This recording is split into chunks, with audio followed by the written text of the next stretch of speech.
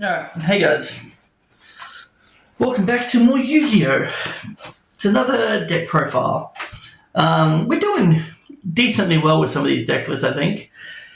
And this is another one that got decently close. It's probably another case of if I play it for longer, it's probably better.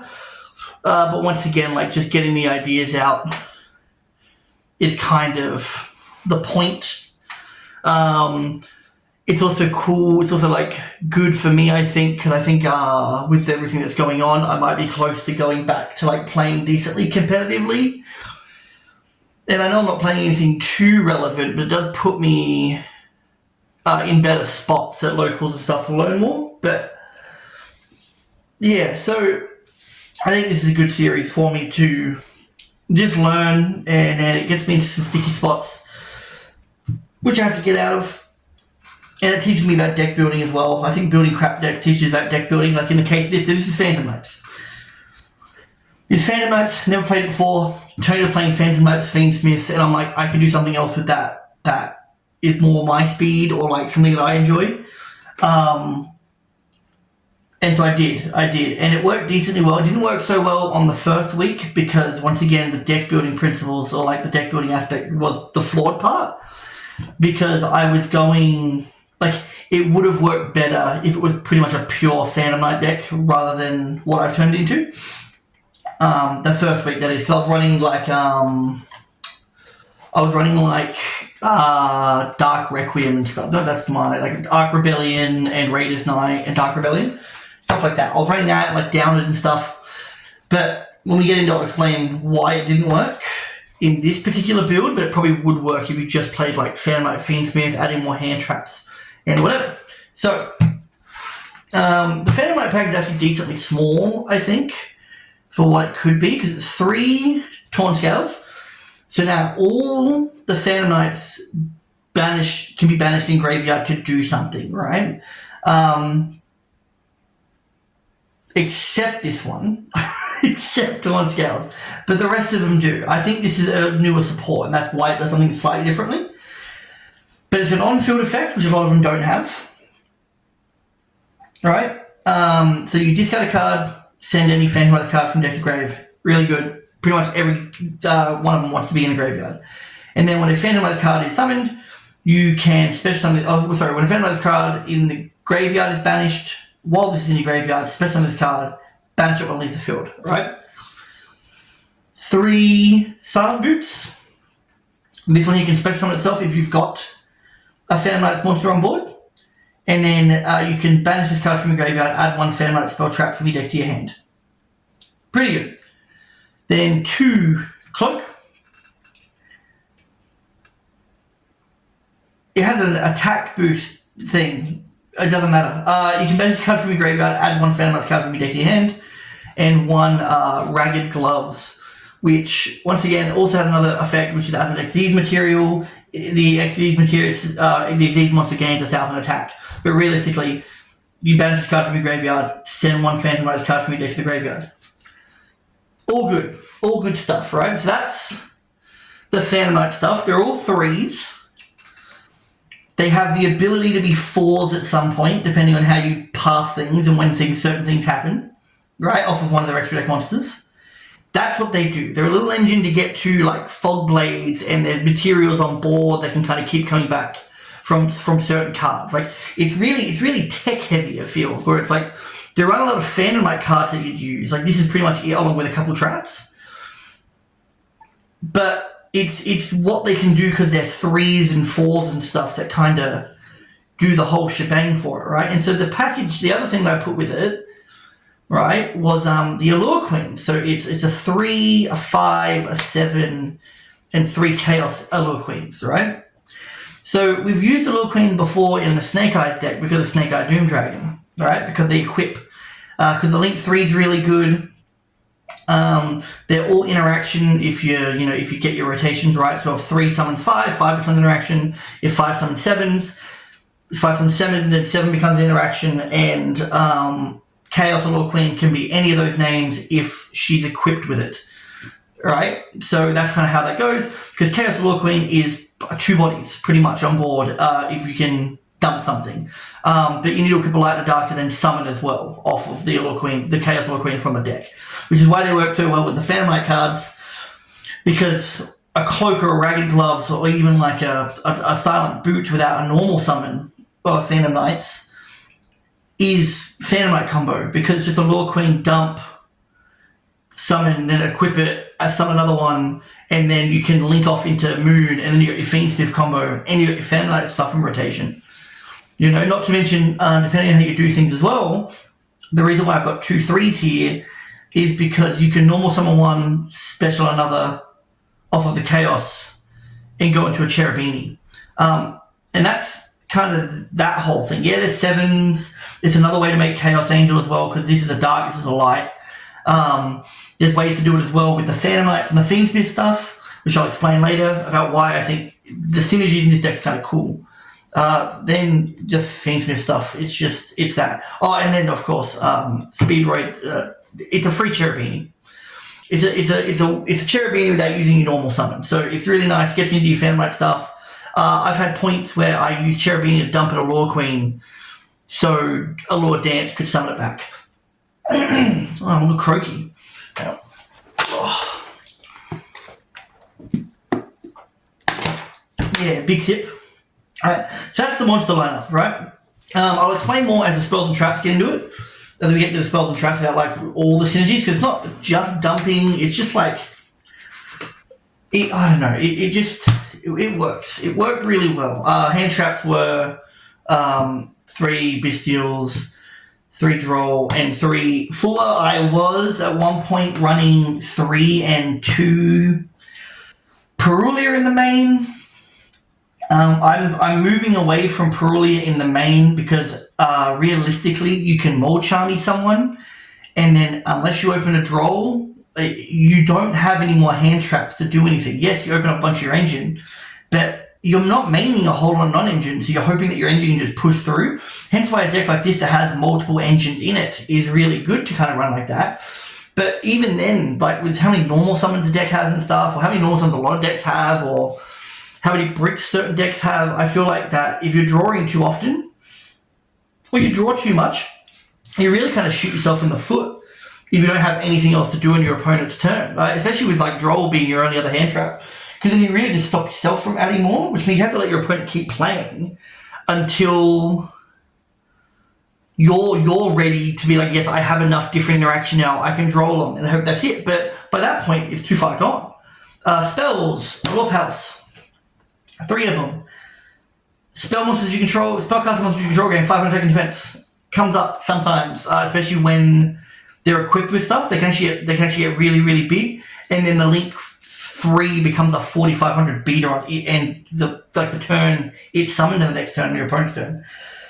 But you can send 1 card from your hand to the graveyard, add to your hand to summon to your opponent's field 1 Allure Queen monster from your deck. So you can either add it, which you can add the Chaos Allure Queen, or you can put it on your opponent's side and get imperm and lock him out of their imperms, which is really nice that you can do stuff like that as well. Doesn't come up a whole lot. I think imperm's slowly leaving the format. Which is kind of crazy because I just haven't seen imperm in like a month. Even I'm not putting imperm in for some reason. I don't even know why, but it just isn't the hand trap of choice at the moment, it seems. But you can do it, and then this is like the whole Allure Queen. We've been through it before, but you can do that for 3 times a turn. Allure Queen effect monsters you control gain this effect. You can send this card equipped with a card by its own effect to the graveyard. Spread some 1 spellcast monster 1,500 less attack from your hand or deck. Doesn't come up in this deck. If the Phantom Knights were spellcasted, it'd probably come up more. If any of the Fiendsmiths were spellcasted, it'd probably come up more. But realistically, that effect doesn't come up very often in this build. Then we've got the real broken card, Allure Dance. Play 3 of them. When it's activated, add Allure Queen monster or Allure Palace. Crazy. Because it means you can't get ogred. But then each Allure Queen monster you control gains attack equal to the attack of the monsters equipped to it by its effect. So that means they all have 1,500, except for, the 7s have 15, the 5 have 1,000, the 3 has 500. They all gain 500 off of this, the 500 up, then they gain what they're equipped with as well, which is, it's something you keep an eye on. It's not something you play into. You don't sit there and go, well, if I do this and this, I then have this much damage, because it's like, chances are, unless the board is open, you're playing into a board less of just, oh, here's a bunch of big spellcasters now, swing, swing, swing. It doesn't happen much, but it's good to keep an eye on for when they try to attack you. You can send one of the spell trap you control to the graveyard, special summon as many Allure Queen monsters for different names as possible from your graveyard. That's the time where, like, I'd sent 3 off of Cherubini, so I could summon the Allure Queen level 3 back. Can't use the effect, or I can use the effect, sorry, but it doesn't matter. It's just there for the body, which means if you go through other cards as well, like you've done like a 7 or a 5 or you got a Chaos Allure Queen sitting in there, they all just come back. So that's like, you can link them all off, Allure Dance them all back, which is why like the Fiendsmith stuff works really well with this. A little part of me is like, just Fiendsmith Allure Queen would be really good, just because you can get into Caesar, stop the whole thing that you might get nibbed, and then just summon everything back and do it all again.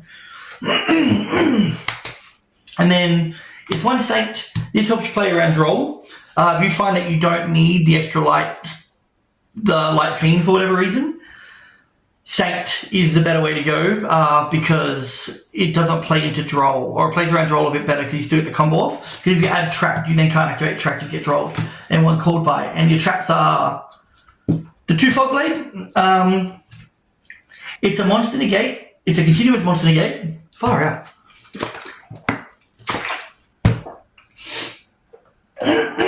It's a continuous trap monster negate. They can't be destroyed, or they can't be targeted. Fuck, I can't read. It can't attack, and it can't be attacked. You can't attack over it either, but it just sits there until you can get rid of it.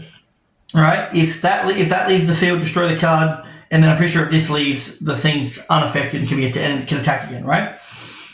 You can banish this card from your graveyard, target 1 Phantom Knight, 1 from your graveyard, special summon it, banish it when it leaves the field. So it's also like recursion, follow-up and stuff. Wings is the same. The on-field effect doesn't do anything. You will never set it ever. There's no point for you to do it. Banish this card from your graveyard, target 1 Phantom Knight, 1 from your graveyard, special summon it, banish it when it leaves the field. So you've got 2 trap cards that just reborn monsters and just get you back into your stuff again. And then we've got the Fiendsmith of Paradise, because going into a Lacrima with Requiem is sometimes the best option around the Molchungs. Extra deck, 1 Chaos Angel can be made a million ways in this deck. The Chaos Allure Queen is a 7 light. The level 3 is a dark. Can make a 10, have both effects on it. Lacrima and Engraver can make it, which is good, but not to mention that if you, because I'll go to the Xyzes now actually, because one of the Xyz monsters is this Phantom Knights of Breaksword, right? So if this card gets popped, you can target 2 Phantom Knights in your graveyard, summon them back, and increase their level by 1, which then means that with the Fiendsmith stuff, like Engraver, is also a Chaos Angel, and also, I just realised as well, any of the Phantom Knights are level 3 dark, so that was an Allure Queen, or even the level 7 Allure Queen, or you won't get both effects, but you'll still make him, can also make it. There's like a dozen ways to make Chaos Angel in this. This is like a going second card.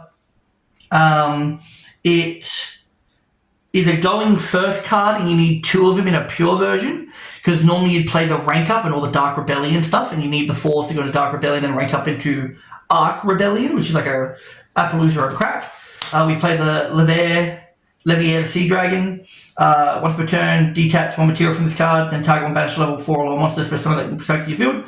So this is really good, because it's a way of stopping your Phantom Knights from being banished after they've been summoned back by stuff. You just Xyz into this, because they're material, they just go to the graveyard. Then you can bring back one of the things that has been banished by an effect or whatever like that, link them off, and then it's back in the graveyard again, and you just don't lose all your stuff. There's an argument that maybe you can play him at 2, extra is kind of tight, so just the 1 should be enough, because you're kind of winning from that point. The one wave Caesar. Desiree, and Necroquip. Necroquip, so I didn't realize that I forget that this build, I was planning on putting Snake Eye Doom Dragon in it because of all the equipping from the Fiendsmith stuff and from the Allure Queen stuff. There's lots of equipping, right? And so this thing here has a second effect, which is that if a monster is sent from the hand to activate, or hand to the graveyard to activate card effect, you can equip it to this thing, which means it can also be interaction with your opponent, right? Because even if you just leave Necroquip on board and they activate Engraver in hand, right? It triggers. It just says sent from the hand to the graveyard. So Necroquip would trigger from that, and you'd be able to equip the Engraver onto the Necroquip. You could draw one. I don't think it's only on your turn. Yeah, it doesn't. Yeah. If a monster is sent from the hand to the graveyard to activate a card effect, one of these effects. So in my eyes, that's interaction. But you can also do it with your own stuff that you send and then equip it and then go to like Doom Dragon or whatever like that. There's those ways of doing things too. And that's like, don't forget that effect. I'm pretty sure it's interaction. I'm pretty sure you can mess with it in your opponent's turn too. And then links, you've got the one Requiem because it's Requiem, the SP, and the IT. That's what I was going to go Doom Dragon in like a second of this at one point, and then I realized that these two here are probably better. Because one problem that I had originally with the first build of this was I was running the Dark Arc and stuff like that, like the Arc and the Dark Rebellion and Raiders Night and stuff. You don't run enough numbers that can make them. You just don't run enough where they'll be on board. You can make plenty of 3s, but realistically you want like a link engine with this, just because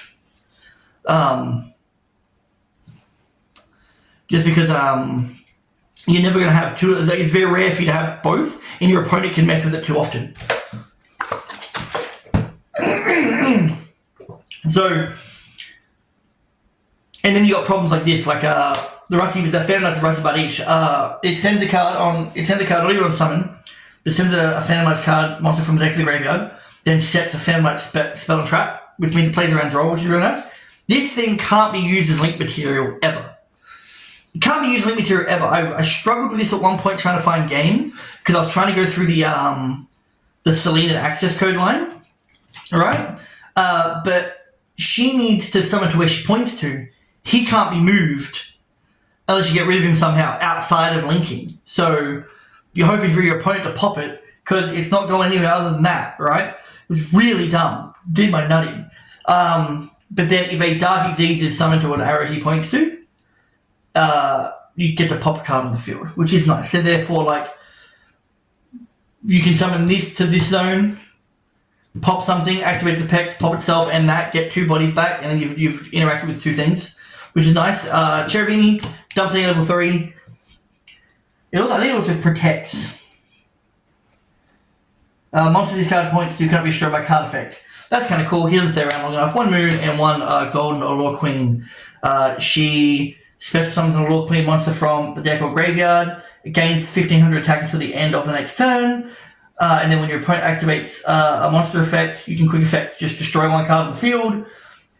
And she makes all the Allure Queen's quick effects, the effects that would make them equip. So the Allure Queen level 3 would target level 3 or lower and equip. That's now a quick effect with her on board. So there's that as well. And then we'll go to the extra real quick before I talk about a few synergies with the deck about why it works. Harpies, 2 Econs, 3 Cyclone because back row is starting to get a bit annoying again. 3 Ash. This replaces the 4 losses when you're going first in games 2 or 3. Because they're going to have their Mold Charmies in. And it's probably not going to... So Ash is very 1-for-1. But against the Mold Charmy, it's potentially your entire turn.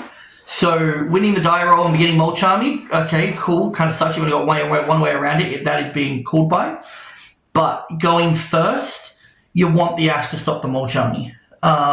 3 Solemn and then 3 of the Perulia, which is becoming more situational than ever because I'm preferring the Cyclone over anything else. First or second, depending on what you're playing against. So yeah, I like the deck. I thought it was good because there's these weird little synergies that I think are really, really nice. Like, so for instance, you can set up your board, right, in any number of ways. but chances are you'll have stuff from rotation through Cherubini and stuff like that, depending on what your hand was. Because like if you're not opening Phantom Knight cards, then you're opening the Allure Queen stuff, or you're opening the Fiendsmith stuff, or vice versa, or you're opening a bit of everything. So everything should kind of always really be in rotation, so you don't get stopped too hard. But like, if you're struggling to be able to beat, or you don't want to play like Undeadly, if you don't play into Nib, right, but you're struggling to find a way to out your own Fogblade, right, like in the thing that you can't attack, you can Allure Dance it away. You can just send it, summon back as many bodies as you can. Then you can start swinging, or you can take it, or whatever you want to do with that kind of with that. Like you can out your own Fogblade is what I'm getting at. There's that whole aspect to it as well, which is nice. And then like I think Tract is something as well. Like if we look at Lurry real quick, I might be wrong with Lurry. I think it needs to be discarded. Yeah, so it doesn't activate off of Palace, which kind of sucks. But yeah, but like Palace and any of the, I mean, what like Palace even with like Necro Quip, right? Like Palace and any of like the Phantom Knight stuff on top of a Necro Quip being on board. Like I did that stuff all the time just so I could get an extra draw. Yeah, where you just be like, I'm going to go the Fiendsmith line first, go into Necro Quip, activate Palace just to add a Chaos Allure Queen, dump one of these bad boys, draw one off the top as well, then go into Caesar anyway and still be protected from Nib or like bait it out beforehand. Just little synergies like that. Like even the Speedroid Terratop and Attack of Tomborg, like off top rip, when your opponent's already battled into your stuff and you've got banish crap, and you just go into Levier and then bring stuff back. It's just a really nice deck. I think the only issue that I have with it, realistically, is just how big this engine is. But I've seen it done smaller if you don't care about their effects, right? Like so, you realistically, I think it's this. If you only care about like the bodies, or I know that Black Wings are using it. Right, this is all you play in a smaller package, right? You just need the one Palace, because Palace is good to get you started. It's a bit of a starter. The Allure Dance is the real card that does everything, and the Chaos Allure Queen is what lets you do half the stuff. It is the two bodies, right? So Black Wings are playing it so they can get into one of the rank 7 or whatever that just adds a Raid Raptor or whatever. They go through 2 of them in their combo in case they get stopped, or they go through 2 anyway to make some giant wombo combo thing. So this engine's probably a bit big in what I built, because I like the effects of being able to steal stuff. Didn't come up very often. Her one did, as like a DD Crow. Definitely did, which was nice. But if you want to use this package with 2 bodies, it's 2 free bodies off of the Allure Queen, and then you can keep bringing them back if you've got stuff to send, like spells and trap. Like in an old list, I think I sent like a cross out off of it just to bring all my stuff back. So yeah, so just any like Allure Dance or Palace get you to like Queens. There's stuff there, because then you'd use the effect of like the 3, because you like send the 3, summon the 3, use the effect to summon out another one with 1500 attack, then use your Allure Queen to summon it, and it's all without like a normal summon or whatever. I don't know the combo 100% off the top of my head, but I think this is like the bare minimum you'd want to play for that engine. The Phantom Knight stuff, same thing. I think what I showed you was the bare minimum you want to play. Same with the Fiendsmith stuff. I tried to play Fiendsmith with just an Engraver and with just an Engraver and a Lacrima, but you really run out of options. Like being able to dump Paradise is really nice. Like I don't know if you noticed, I didn't even have Sequence in here. I just go Caesar every time, and the Desiree is just for Paradise. Because I feel like in decks where you want to fuse and use Paradise, you want 2 Desiree. I feel like any time that I've played those kind of decks, I've always wanted 2 Desiree. And yeah, but that's the deck. I think it's pretty cohesive. I think more hands need to be done with it. Like if I were to do a hand test real quick.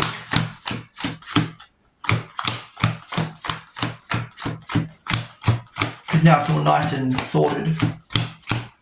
But, like, I don't think I bricked at all, like, on either day. Like, even on the first day when the deck wasn't built properly, I wasn't bricking.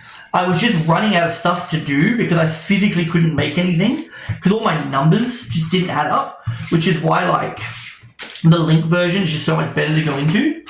Because, like, you can guarantee some 3s sure at some point, but going into anything, like, going through the whole rank up stuff, you really just shoot yourself in the foot unless you can guarantee it.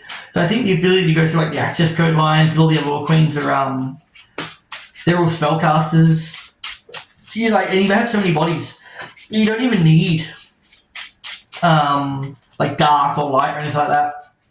But you could if you didn't care about a golden Allure Queen, right? 1, 2, 3, 4, 5. Right? You could if you didn't care about golden Allure Queen.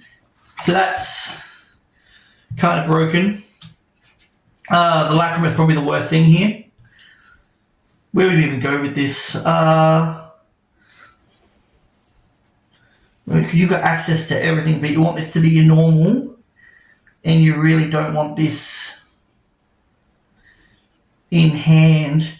But realistically, it's like dance. I hope you can see everything still. Dance, grab Palace.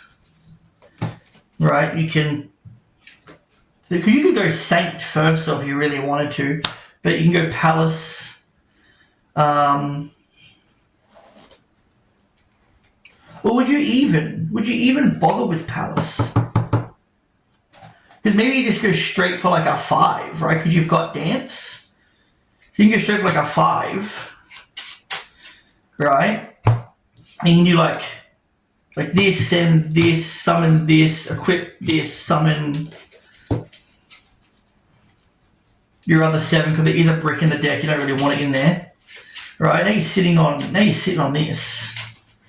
All right, and that there can go into your Fiendsmith stuff if you really want to, which you don't really need to here.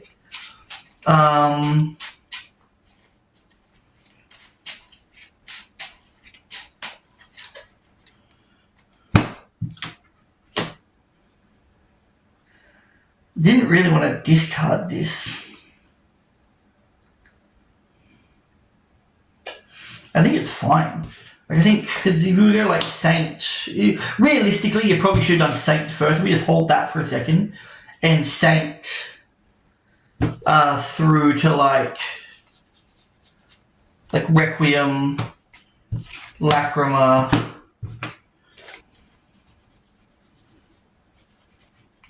Engraver, Equip. Because what you can do realistically from this point, like if I keep, because what I had these 2 in hand, right? We can keep it over there. Because from this point, what you can do is then like link off, or like not link off, but fuse off into Necro Quip, right? And so your draws do matter, I think, when you're test handing. They don't matter off 1-card combos, but they do matter off of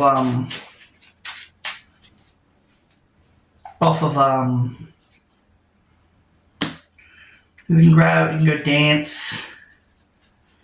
And I think we still grab 5 here, right? Because then we can go like Allure Queen, send, right, to summon, and then the Princess will draw 1. And we drew a Boots. That's really good. And then all this would summon as well. Oh, no, not yet. Alright, because then what you can do is just bait it out so you don't have to use it first.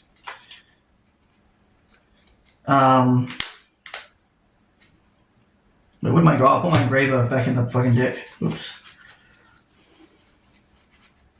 There's your Engraver. Right, now you sit here, and you can just like this, put back the Requiem, and they nib you here, you've still got the full Phantomite stuff. Then follow up, or if you really wanted to, yeah, do that. Right? And don't use her effect yet.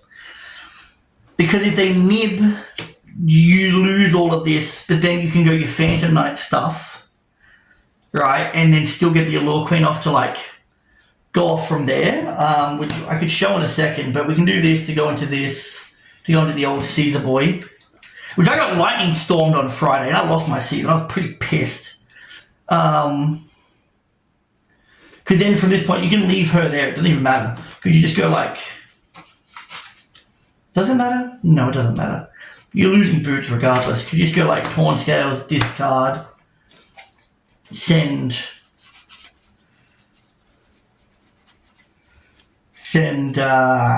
cloak. Yeah, banish the cloak to grab the boots.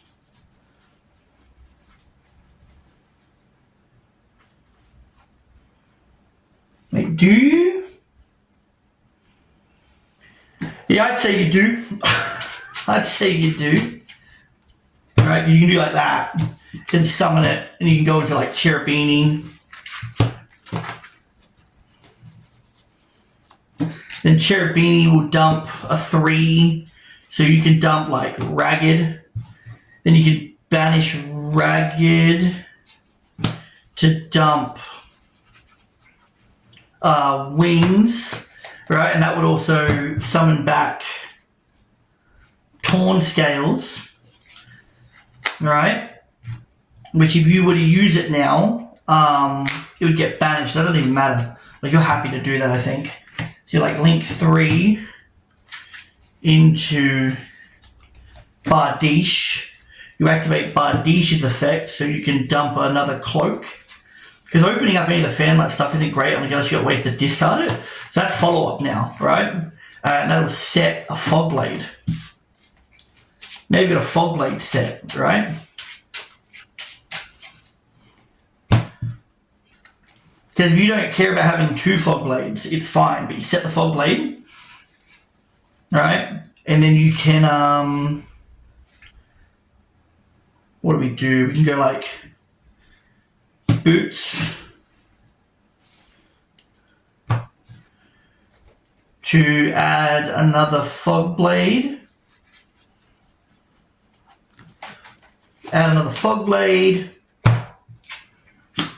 Then depending on where we go, we can always go like...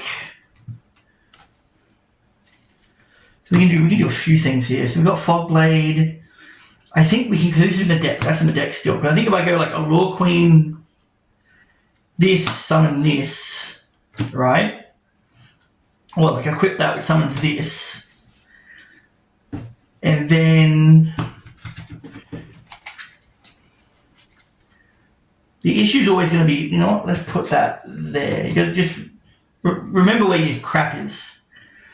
Right, because realistically, from this point, what you can do is go like link 2, which puts everything in the grave, to go into like an IP or an SP, doesn't matter. We also could have like Levier at some point, I think, but it doesn't really matter at this point. The Levier is probably better for like a bit of follow-up later. And because then you can like... go Allure Dance, sending the Fogblade, and summon back 1, 2, 3. Then you can link these 3 off for your Golden Allure Queen, which can summon back the Chaos Allure Queen, right? And then you've still got a Fogblade set. That's... my hand's empty, sure. But that's the whole point, I think, of the deck, is that you're going to discard a lot.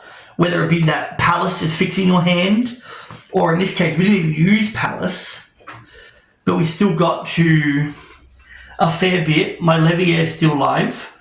I've got the ability to summon 2 monsters next turn. So, like, let's say in the follow-up, like, somehow they get through any of this. Because that's what IP into SP, that's a pop. She's huge, by the way. Great, like practically a DD Crow by equipping. Fogblade, double negate. He's not going to do anything right now because of the whole... I can't summon to the zones, right? But, you know, let's say we did do like this, and we've got like an SP sitting here, or whatever, right? Fogblade sitting there doing its thing, right? We can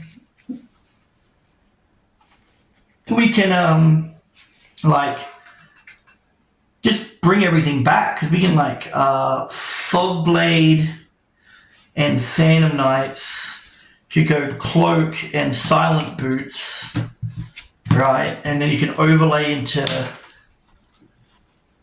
Breaksword, and then Breaksword, that'll pop, and then this can pop 2 cards, like that and that, and then this summons back 2, right? And now you're just sitting on, now you're sitting on too many bodies. Now we've got too many bodies. But yeah, so that's how, then you got a little popping there and stuff. That's kind of how you do stuff in turn 2. A little bit janky because I had to rethink about how to do stuff because, I kind of, once the day's over, I kind of forget. And there's only the Caesar through the Fiendsmith stuff. You didn't even get to keep the stuff in graveyard because that was a Saint. You still get access to probably depending on what you use as well, you can have access to like in this hand, even actually before any of that, right? Like if you didn't want to do that, and you wanted to out like the dude that you can't attack, you can just Allure Dance first. Just get rid of the Fog Blade, bring back like a 7. Oh no, you can't. Just bring back the 7. Screw it. There's plenty of things to do. Get rid of the wings. Summon back a 3. He's going to get banished now, but who cares? Because then you can go into like a Chaos Angel. Like, I don't know. I think there's plenty of things here. I think there's lots of room to learn it really well and do a lot of stuff with it. I enjoyed it. I thought it was good. But that's a test hand for you. There you go. It's a bit janky, but it's all legal. It's all legal. One thing that I think these decks kind of do to me when I do play them is that I do get a little lost on where to start sometimes. Like, in that case, you can see that, realistically, start with the Fiendsmith stuff first. Right, start with the Fiendsmith stuff first, always, because you're trying to get, to the Caesar. Don't start with the Allure Queen stuff till later, and always leave your normal summon till last. Unless you can make a board without with your normal summon being stopped. But yeah, so that's the deck. That's my Allure Queen Phantom Knight thing. Go give it a try. Let me know how it goes. And I'll see you later.